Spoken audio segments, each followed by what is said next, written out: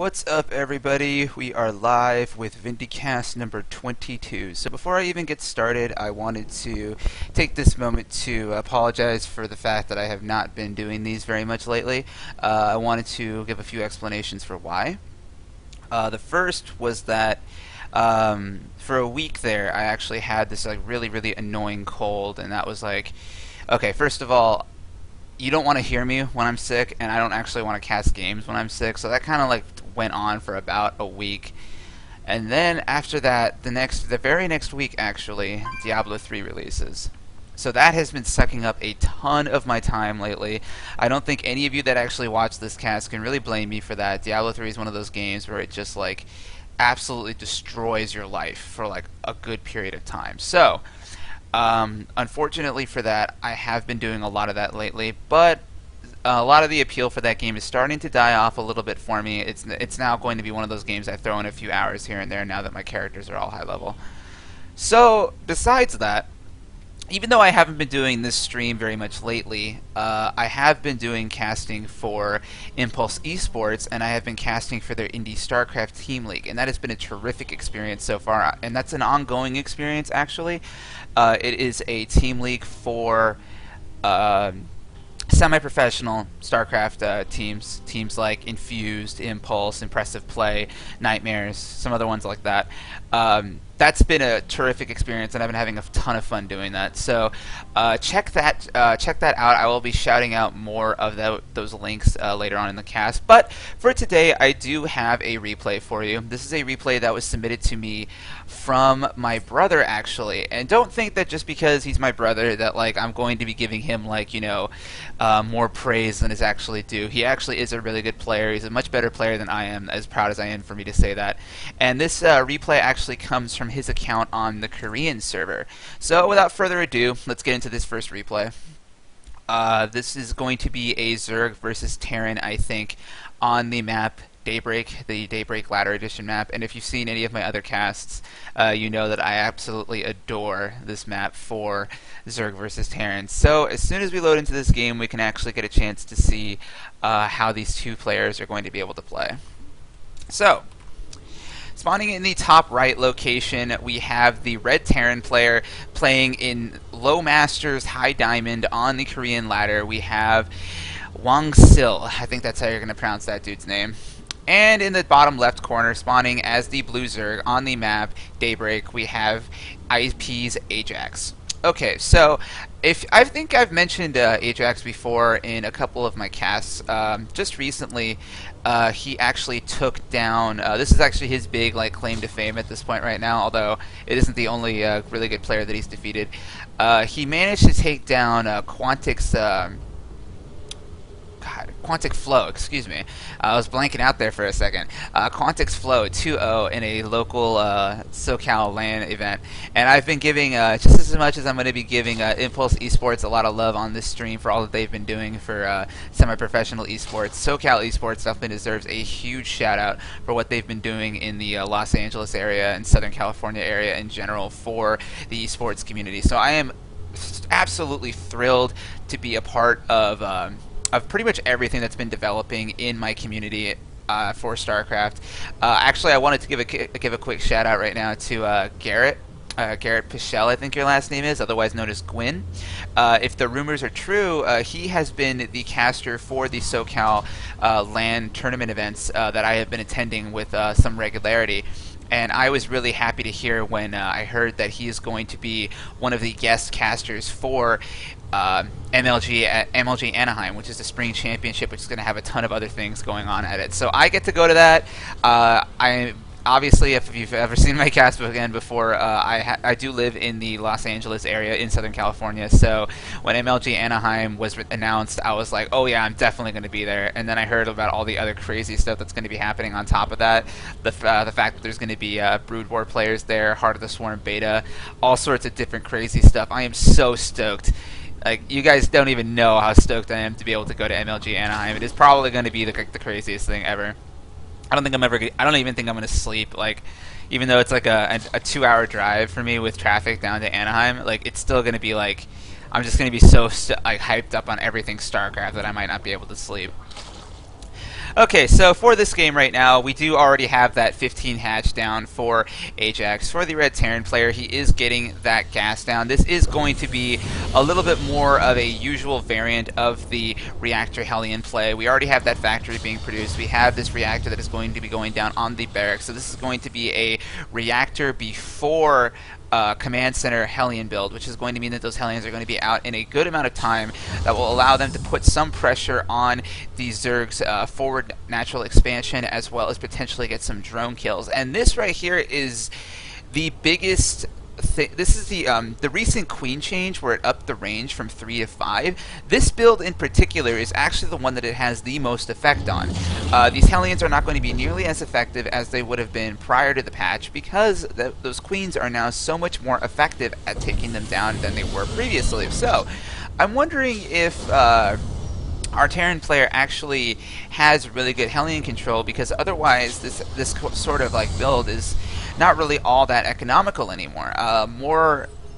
Because of that queen change, you're now starting to see, if you do go for a Reactor Hellion build, it's usually following a 1-Rax expand build. So I'm curious to see how this is going to work out, or if he is going to start throwing in Blue Flame on top of this or something similar like that. Just in general, this very early like 4 Hellion pressure build that was so unbelievably standard in this matchup for such a long time, it's still effective. It's just not effective in the way that it used to be.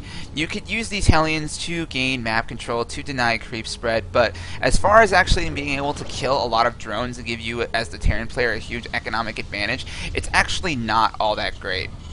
Okay, so we do have 2 additional factories going down for our Terran player, but we still only have that 1 gas. So this is actually what I was pondering just a few seconds ago.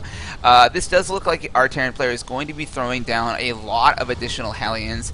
He could be transitioning out of this into siege tanks and or Thor, so this definitely could be a mech build follow-up with those 3 factories. But for right now, these Hellions are going to be getting into the base. He was actually able to get by that queen. That was a little bit sloppy by Ajax. He wasn't actually able to use the queen to block off that ramp, which you definitely could do on this map, but he does have 4 queens out on the map. These queens will actually be able to take down all of these Hellions, but these Hellions are managing to get a few drone kills. 4 drones have been killed so far in this attack, so these Hellions are being pretty effective right now. We have 5 drone kills that have gone down. These Hellions are still trying to maneuver around the base, get as many more drone kills as they can. Even though these queens do have increased range, they are still a lot slower than those Hellions, even when they are on creep. Those Hellions do manage to finally get taken down, but they managed to kill 7 drones in the process. So a pretty good hit by our Terran player. He does, obviously each of those drones that were killed have to be replaced. So this is allowing our Terran player to secure his own expansion. He does have 32 SCVs to 39 drones, but the mineral income for our Terran player is actually higher than his opponent's thanks to that mule income. We do have Blue Flame now being researched by our Terran player Wang Sil. I'm not even going to try to pronounce that guy's name. Anyway, we do have that other factory being moved over to that tech lab, so this does look like it will be a big mech follow-up from here. It doesn't look like we have any armories going down, so I think this is going to result in a big timing attack as opposed to a later game slow push, huge macro style mech play, which is definitely one of the ways that you can play it. And I think the reason why we're going to be seeing that from our Terran player is because he knows that he did manage to do that early amount of damage with those Hellions. So our Terran player must be feeling at least somewhat comfortable. For 4 Hellions, he did manage to kill 7 drones, which is a pretty good amount for this level.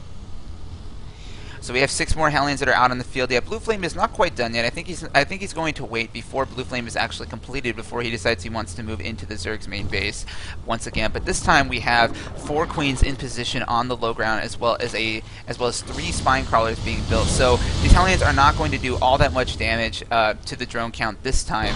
Instead, the Terran player would be wise to simply utilize them to deny as much creep as he can. Because these Hellions do have Blue Flame, it's going to be very difficult for Ajax to actually secure that 3rd base, because he doesn't really have units that he can drive off those Hellions with. And for Ajax, we do actually have a Spire going down, so this is going to be a really interesting follow-up to what our Terran player is currently doing. He is just now making that armory, but he has very little in the way of Marines right now. We also don't have any missile turrets being constructed just yet, so this very early Mutalisk play by Ajax could actually not only stop and potentially destroy the meager tank count that is on the field right now, but also potentially do a lot of economic damage to our Terran players. So we are going to have to see how this is going to work out in just a moment. +1 melee attack is going up, so this does look like it is going to be a Zergling Mutalisk build, but it also is going to have roaches as a follow-up to it. I think because this Overlord has scouted the fact that there are so many Hellions out on the field, and now that their Blue Flame is out on the field also, this is going to mean for Ajax that this is going to be a mech build, and wow, that is a lot of Queens. So Ajax is really just relying on Queens and Spine Crawlers right now to hold off this very early mech pressure, and because of the simple sheer amount of transfusions that are available, Ajax actually holds out that attack very easily without even losing so much as a single Queen. Onsil is going to have to be very careful about how he's going to proceed from here. That is simply just a lot of Queens, and the only unit in this army right now that can really deal a lot of damage to those Queens are those siege tanks. And simply because there are so many, I don't actually think that he can really assault up that ramp with that small of an army. This is one thing that he absolutely can do, though. He is trying to deny this third base from ever getting up, but here come the Mutalisks. Those Mutalisks, even though Hellions are fast, Mutalisks are pretty fast too, and those Mutalisks are going to take down all of those Hellions. Those Hellions are not going to be able to get away. Maybe this one might. He's booking it for his life. He has that gas down to the floor.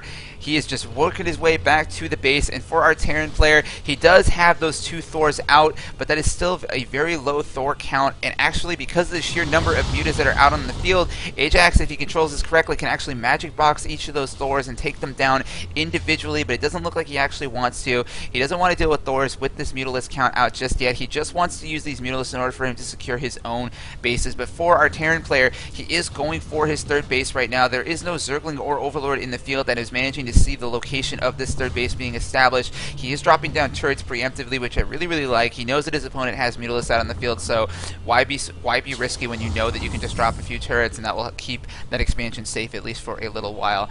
This does look like our Terran player is not interested in transitioning out of this mech play. He is going to continue going for mech. I like that. I love seeing mech against Zerg. It is something that was popular for a little while, and then Zerg started wising up about how to defeat it. So we should be seeing Hive Tech coming up for Ajax in a little while. We already have that Infestation Pit just finished, so I think we will be seeing a Hive coming up as soon as he finishes saturating that third base. One of the things about Mech is that Mech is very good against the lower tier, and when I say lower tier, I mean Lair Tech and Hatchery Tech units that Zerg has. These siege tanks do a fantastic job of slaughtering high roach counts if they are in position, and these Thors just are so good at almost cleaning up everything else, and the Blue Flame Hellions are obviously very good at taking care of Zerglings. So one of the best ways to take care of a mech army is to go for Hive Tech, but then the careful dance you have to do at that point is like surviving until you can actually get your Hive Tech up. So that's really how Mech versus Zerg really plays out. But this is actually an interesting timing coming from our Terran player. He's at 151 supply. That is a Marine. There are Marines and Ravens in that army, as well as 3 Thors. And actually, this is just a Ling Muta army from Ajax. Ajax is pointing in. There are no Baneling speed on those Banelings.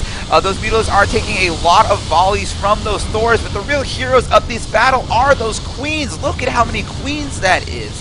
That is 8 Queens, ladies and gentlemen. Those Queens with that 5 range are really doing a ton of damage to that mech army. And even though Ajax lost virtually all of his Zerglings and all of his Banelings, as well as a huge clump of Mutalisks, the Terran has lost so much more in the way of resources. The resources lost tab virtually tells the entire story right there. That army that the Terran player lost right now is actually very expensive. So these Queens are actually proving their worth. They are proving that that buff that Blizzard gave them is actually good for a lot more than just stopping early pressure. It is actually just great for stopping mech timing pushes in the mid game. I learned something by watching this replay already. We do have roaches out on the field right now, as well as a Hive finally going up for Ajax. He should feel relatively comfortable after denying that initial mech timing push. And so now here's the thing about mech. Mech is a fantastic army composition that is usually very cost effective against Zerg. But the one big drawback that it has, actually the 2 big drawbacks that it has, is that mech armies are very expensive and mech armies are very slow to replace. So with 5 factories out on the field right now, going to be pretty soon. It's still going to take our Terran player a considerable amount of time to actually rebuild that mech army that he was using for that initial attack. And really, the other thing is too right now, even though our Terran player is going for mech, he doesn't have a full. He's just now realizing his mistake. I was about to say that he didn't have full saturation at both of his refineries down at the third base. So he did manage to correct that, and it does look like because he has this extra command center that he is interested in taking a fourth base. But this location is being gooped up by that overlord, and these Mutalisks are watching the fourth base location over here. So there really isn't much that our Terran player can do just yet. He needs to secure his fourth base location with those mech units. Good volley from those doors. We managed to kill off a few Mutalisks. At this point, Ajax is just trying to buy himself a little bit of time. He wants to go up to Hive Tech, but actually, no, that doesn't look like to be what he wants to do. He's going to be going for a big Roach Baneling bust. I don't actually know how well this is going to work. That is obviously a planetary fortress. I don't think he has enough Banelings to just bust down the planetary fortress just yet. Oh, this is really cool. We have a Greater Spire and an Ultralisk Cavern going down at the same time. So this will allow... Where is that Ultralisk Cavern being built?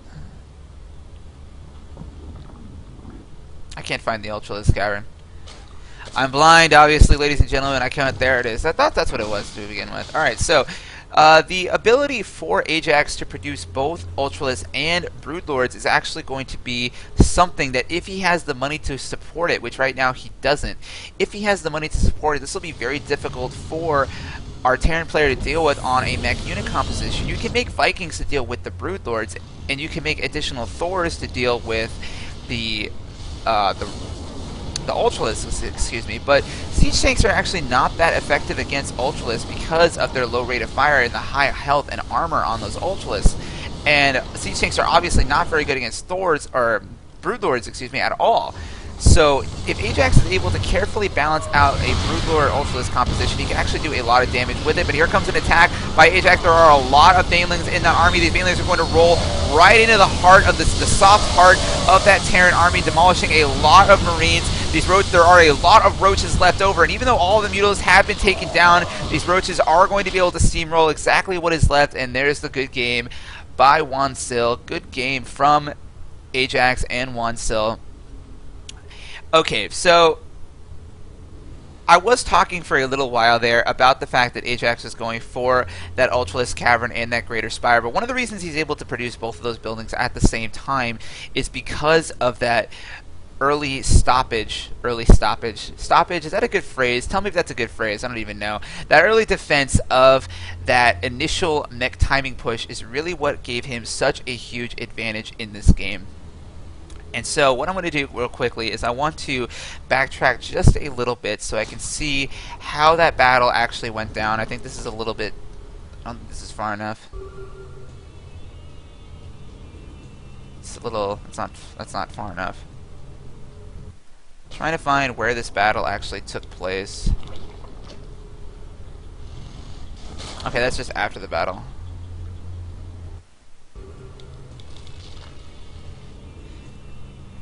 Okay, here comes the mech army. Alright, so this mech army has 4 Thors, 12 Hellions, 4 siege tanks, 16 Marines, and a Raven. The total army supply for both players is actually in the Terran player's favor. He is at 91 supply to the 83 supply, army supply of our Zerg player. Ajax currently has 14 Banelings, 8 Queens, a Roach, and 15 Mutalisks, as well as 20 Zerglings. So, normally when I see this type of unit composition for both players, this is actually a really scary army by our Terran player. He's got siege tanks to deal with virtually all of the ground units as well, and especially the Banelings, and he has 3 Thors. 3 Thors will take care of 15 Mutalisks all day, every day. So, why is it that Ajax was actually able to hold off this attack? The answer is simply those queens. He rallies all the queens together, and actually he just uses his army, if I remember this correctly, he uses his army as basically a meat shield, while the queens, with their rather respectable DPS, once they have that range buff, do a lot of the damage also. So those siege tanks are in position. They are rather clumped up. The Mutalisks are trying to do a lot of damage to those Thors, but really, look at what's left over. It's the queens. There are just this is 8 queens being transfused nonstop, and these queens managed to clean up what was left. I think there was a pretty good baneling hit that took place on those siege tanks just a second ago. So let me go back to that real quick. I'm sorry that I backtracked a little bit further than I wanted to. So I'm trying to find where that baneling hit actually happened. Alright, so these siege tanks are pretty clumped up.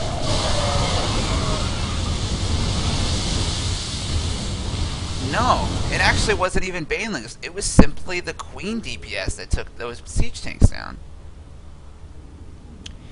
So this battle just went so convincingly in Ajax's favor.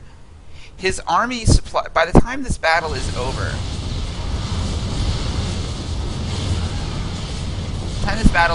Ajax is up at 114 supply, and the Terran has been reduced to 100 supply, or 30 supply after that, because he starts making roaches after that.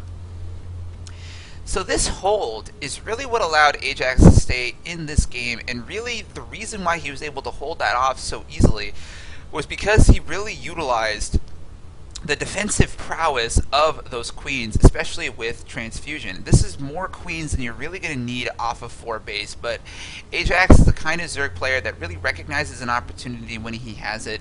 These queens were fantastic in this game at defending that mech push, and because he was able to deny that initial mech push, he was able to take the economic advantage that he needed to eventually come away with this game. Here's the thing about mech, and I have to say this again. Mech is a terrific unit composition that relies very heavily on its cost effectiveness, but the drawback of it is that it takes such a long time to make, and it is such an expensive unit composition, especially when you compare it to something like Marine Tank, where virtually the only real expensive unit in that army is those siege tanks. Every single Thor costs 300 minerals and 200 gas. Every single siege tank costs 150 minerals and 125 gas. So if you're able to destroy a pure mech army with using predominantly slow Zerglings, Banelings, and Queens, well, then you're going to be looking pretty good in the matchup. So great game, very well played by Ajax. Definitely not embarrassing me at all by calling you my brother. This is definitely off, again, this is off of the Korean ladder, so this is one of those scary Korean Terran players that you hear so much about, but Ajax was able to take a pretty convincing victory against him on the map Daybreak. So, good game by both players. I'm glad I got to cast that. I will be doing more of these casts more often, and I'm going to be giving you guys this shout out right now. I will be casting for the Indie StarCraft Team League probably this Wednesday, so tomorrow, the day after that this is going to be recorded, and also on Sunday. Again, I have to encourage any of you that are interested in watching semi-professional StarCraft. This is a really good exposure for the players that are going to be playing in the tournament. So, if you want to find more of my casting for the Indie StarCraft Team League, follow Impulse on twitch.tv, so that would be twitch.tv/impulse. And also, if you just want to know where I'm going to be casting next, or if you have feedback for my casting, please follow me on Twitter. I am at KTVindicare. You could send me replays to ktvindicare@hotmail.com, since I'm going to be doing more of these casts, since I'm getting back into it, getting back into my solo stream. I will be doing more casts, so if you would like me to cast your replay, please send it to ktvindicare@hotmail.com. Check me out at the ISTL. Check out the ISTL. And if you're going to be at MLG, hit me up. I'm not that hard to identify in a crowd, as you can plainly see. So if you're going to be at MLG Anaheim, hit me up. If you want me to cast your replays, let me know. And follow me on Twitter, please, if you would like to know where I am casting next. Thanks a lot, and I'll see you guys next time.